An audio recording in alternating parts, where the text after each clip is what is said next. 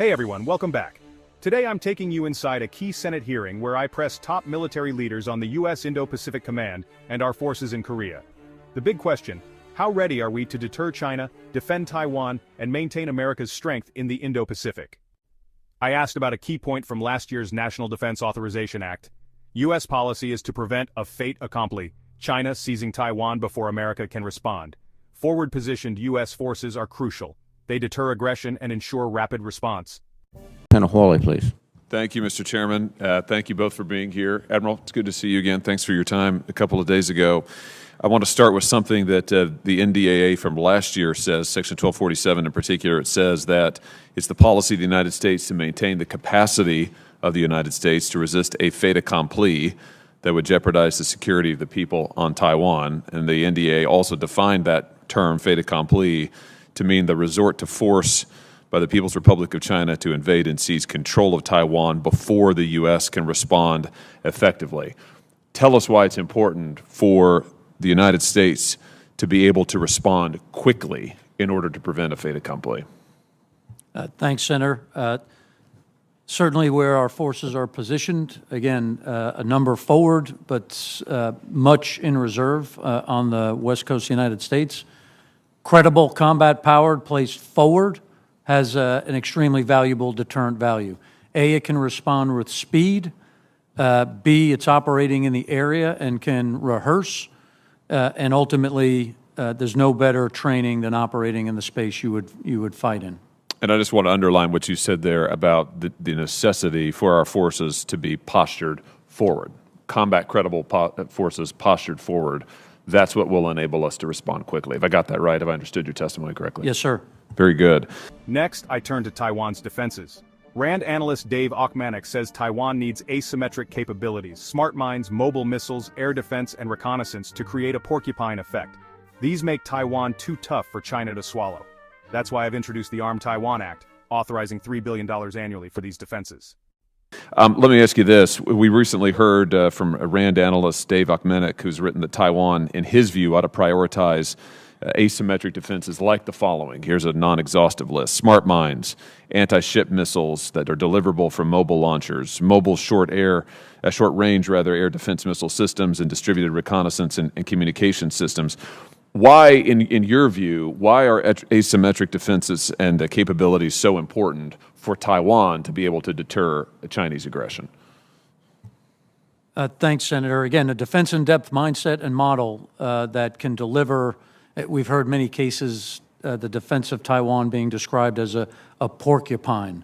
Those capabilities allow those effects to be delivered in multiple places at multiple times in multiple ways. So I concur with the capabilities articulated. Let me ask you this. You said earlier today that anything that we could do to bolster the defensive capabilities of Taiwan would be desirable. I think that's so important. I've introduced my own piece of legislation, the Armed Taiwan Act, which authorizes $3 billion annually to accelerate Taiwan's deployment of asymmetric defenses and conditions that aid on Taiwan increasing defense spending and undertaking key defense reforms. Here's a broader question for you. We need Taiwan to strengthen its asymmetric defenses in particular as quickly as possible, don't we? Can you tell us why that is? Well, I think, Senator, one of the lessons learned as we watch what's going on in Europe is, number one, aggressive nations can take action. So, number one, action against the island of Taiwan could happen, lesson one.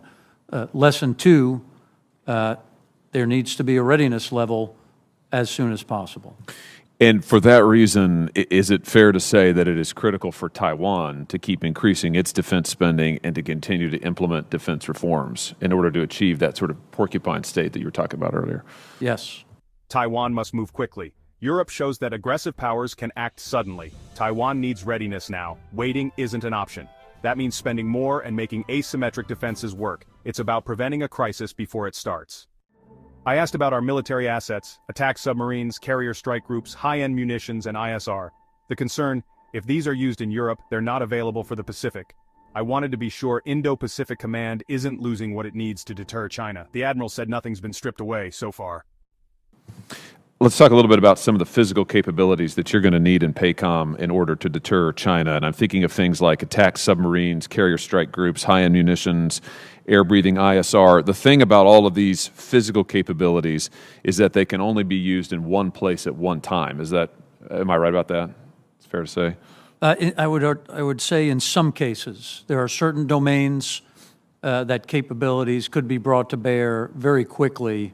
And when I think about space and cyber. Right, gotcha. But leaving aside space and cyber and thinking about just the physical capabilities, these are sometimes called the high-demand, low-density assets that if they get used in one theater, let's say EUCOM, then they're not available in PACOM. And so there's a trade-off. Have I got that right? I mean, we've got to make choices. Again, depending on the types, right? So bombers can move quickly, and we, in many cases, share those in the same mission across multiple combatant commands, but most at the speed that they can move can only service one at a time. Fair enough. Where I'm going with this is something you and I have already talked about, which is that while we have a current crisis in EUCOM, I think as we think about the ongoing challenges that we face in PACOM, both in the short and in the long term, I want to make sure that DoD is not taking capabilities from your theater that we've absolutely got to have to continue to deter China through a strategy of denial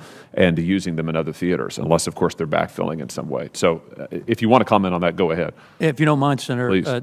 Again, I just want to be very clear that nothing, the Secretary has not removed anything that he's allocated to me at this point to a different theater.